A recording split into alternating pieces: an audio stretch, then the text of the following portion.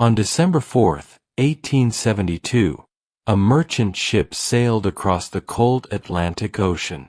In the distance, the crew spotted another vessel. She drifted slowly. Her sails hung unevenly. Her course made no sense. Something was terribly wrong. The ship was called the Mary Celeste. As the nearby vessel, the Dei Grazia, approached, her captain expected to find sailors battling rough weather, or desperately calling for help. Instead, he found silence. A small boarding party climbed aboard. The cargo remained untouched. Food and fresh water were still on the ship. The crew's personal belongings were exactly where they should have been. Even valuable items had been left behind. Most astonishing of all, the ship was still seaworthy. She wasn't sinking. She hadn't been destroyed by a storm.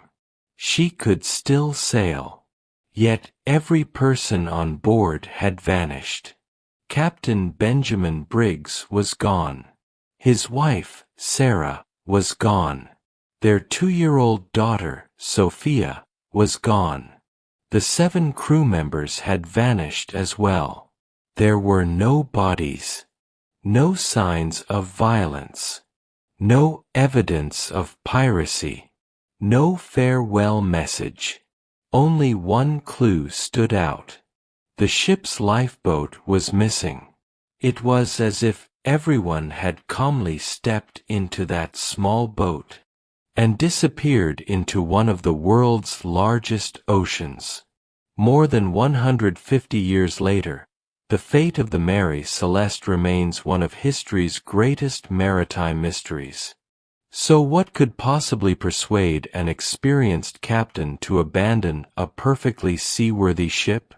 To answer that, we must return to New York Harbor, where an ordinary voyage began, with absolutely no hint of the mystery that was about to unfold. Just a month earlier, there was nothing mysterious about the Mary Celeste. She was a sturdy merchant brigantine, built to carry cargo across the Atlantic. Although she had experienced a difficult past, including accidents, storms, and changes of ownership, by 1872 she had been repaired and was considered fit for another voyage. Her captain was Benjamin Briggs. At just 37 years old, Briggs was one of the most respected captains in the American merchant fleet. Experienced, deeply religious, and known for his calm judgment, he was not the kind of man who made reckless decisions. This voyage was so important to him that he brought his wife, Sarah, and their 2-year-old daughter, Sophia, aboard. Their young son remained with relatives to attend school. Joining them were 7 experienced sailors. Together, they prepared to carry a cargo of more than 1,700 barrels of industrial alcohol from New York to Genoa, Italy. On November 7, 1872, the Mary Celeste slipped away from New York Harbor and headed east into the Atlantic. At nearly the same time, another merchant ship, the Dei Grazia, departed for the same destination. The 2 ships followed similar routes.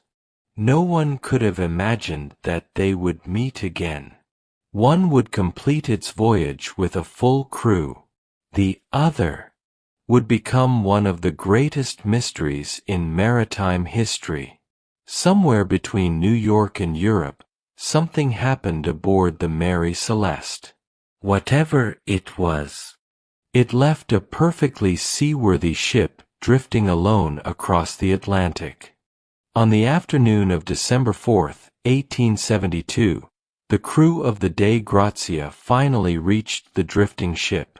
From a distance, something seemed unusual. The Mary Celeste moved awkwardly through the waves. Some of her sails were damaged, while others fluttered uselessly in the wind. No one stood at the helm. Captain David Morehouse watched carefully. He knew Captain Benjamin Briggs personally. Briggs was too skilled to leave a ship wandering aimlessly without a reason. Concerned, Morehouse ordered a boarding party to investigate. As they climbed onto the deck, an eerie silence greeted them. There was no sign of struggle, no blood, no damaged cargo. Below deck, the scene became even stranger. The cargo of industrial alcohol was still securely stored. Food and drinking water remained plentiful. The crew's clothing, personal belongings, and valuable possessions had been left behind. The captain's cabin appeared orderly, though some navigation instruments, including the sextant and marine chronometer, were missing. The ship's single lifeboat was gone, and the last entry in the logbook had been written several days earlier, placing the vessel hundreds of miles from where it was eventually found. The Mary Celeste had taken on some water, but not nearly enough to threaten the ship. After minor repairs to the sails, she proved capable of continuing her voyage. Everything pointed to one conclusion. The crew had abandoned the ship willingly. But why? Why would an experienced captain order everyone into a small lifeboat, leaving behind a vessel that was still capable of crossing the Atlantic? That question would puzzle investigators and divide historians for more than a century. When the Mary Celeste finally reached Gibraltar, authorities immediately launched an investigation. At first glance, the abandoned ship looked like the perfect crime scene. How could an entire crew disappear without leaving behind a single body? The Attorney General of Gibraltar, Frederick Sollyflood, refused to believe the mystery was an accident. He suspected foul play.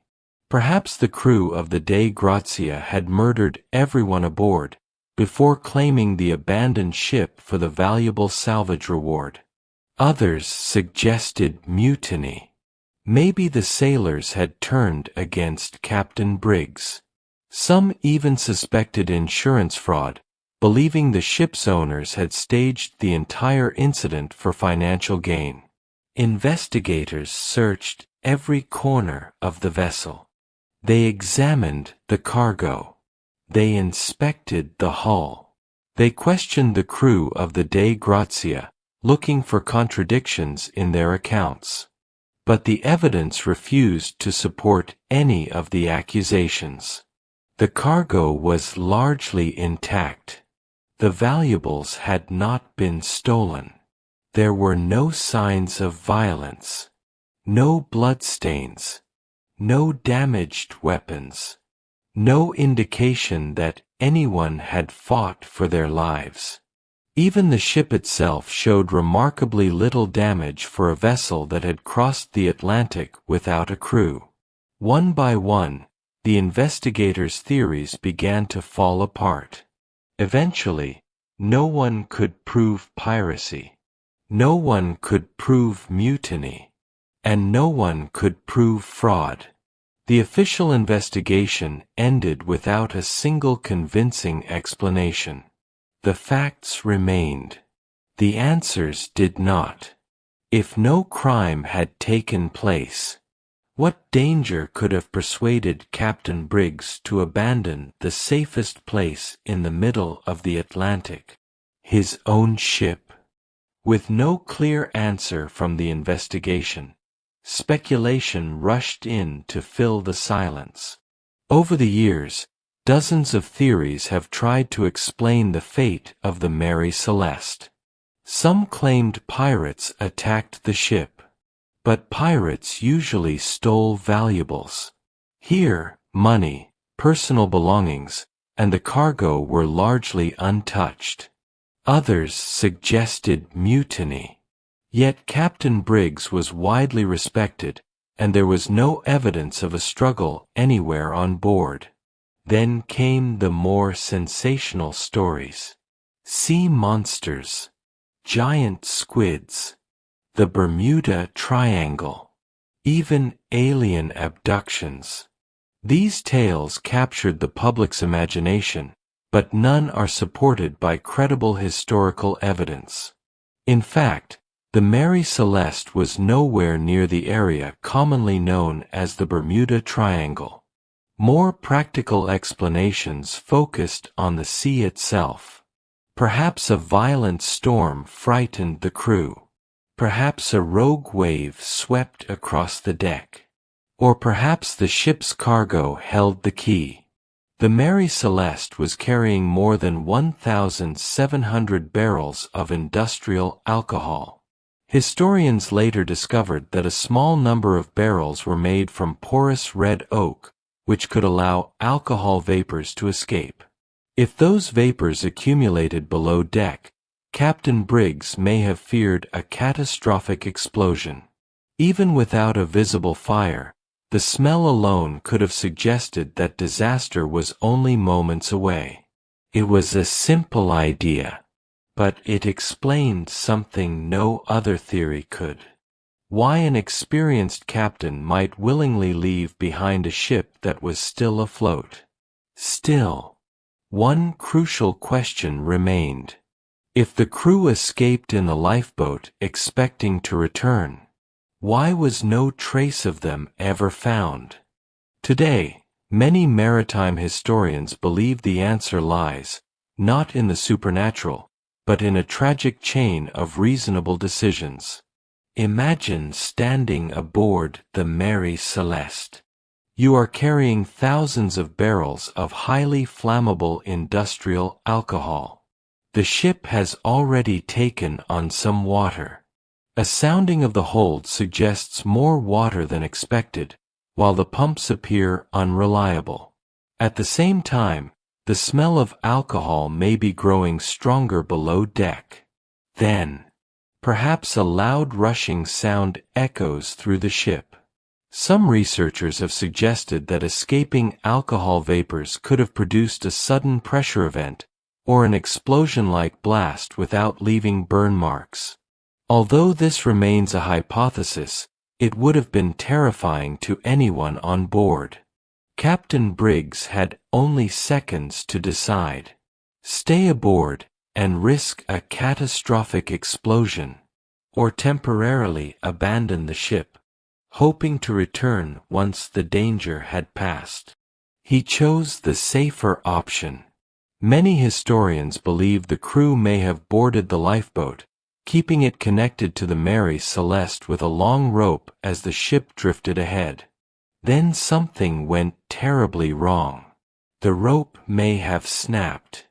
Strong winds could have pushed the larger ship beyond reach, leaving the small lifeboat helpless in the open Atlantic. The Mary Celeste continued sailing. The people who had left her behind did not. No bodies were ever recovered. No lifeboat was ever found. And with them, the final moments of the voyage disappeared beneath the sea.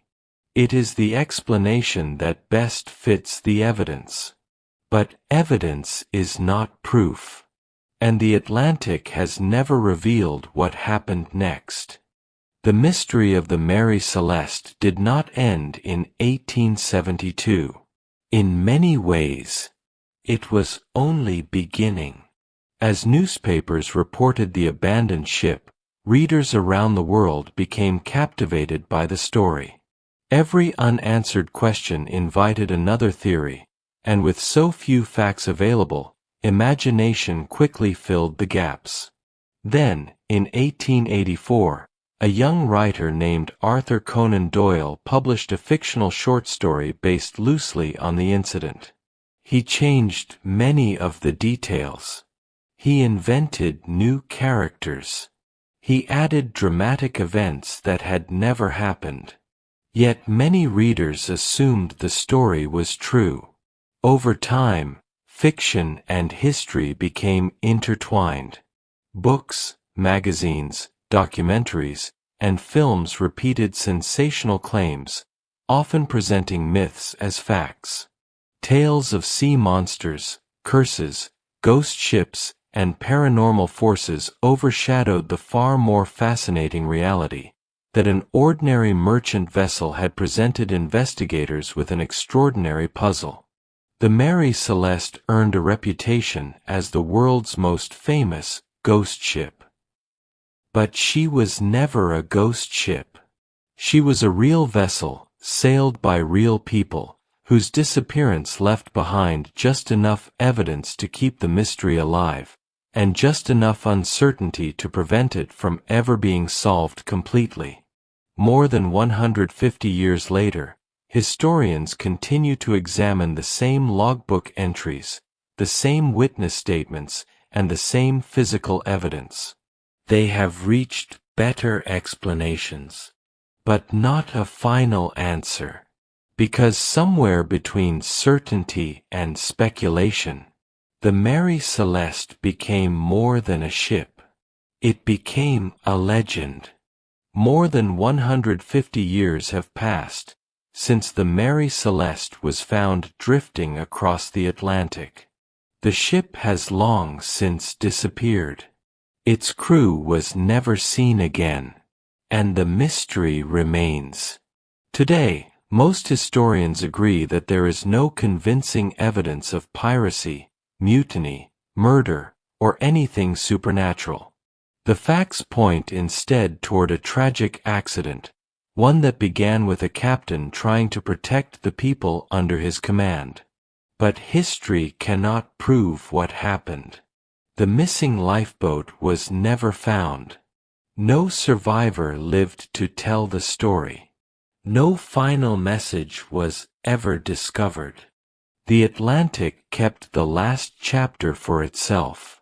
Perhaps Captain Briggs believed he would return to his ship within minutes. Perhaps the crew watched helplessly as the Mary Celeste drifted farther and farther away, carried by wind and current until she disappeared beyond the horizon. We will never know. That uncertainty is what has kept this mystery alive for generations. Not because the evidence is completely absent, but because every piece of evidence leaves room for another question. The Mary Celeste was never a ghost ship. She was a real merchant vessel, carrying real people whose final moments vanished into history. And perhaps that is the sea's greatest mystery. It doesn't always claim its victims with towering waves or violent storms.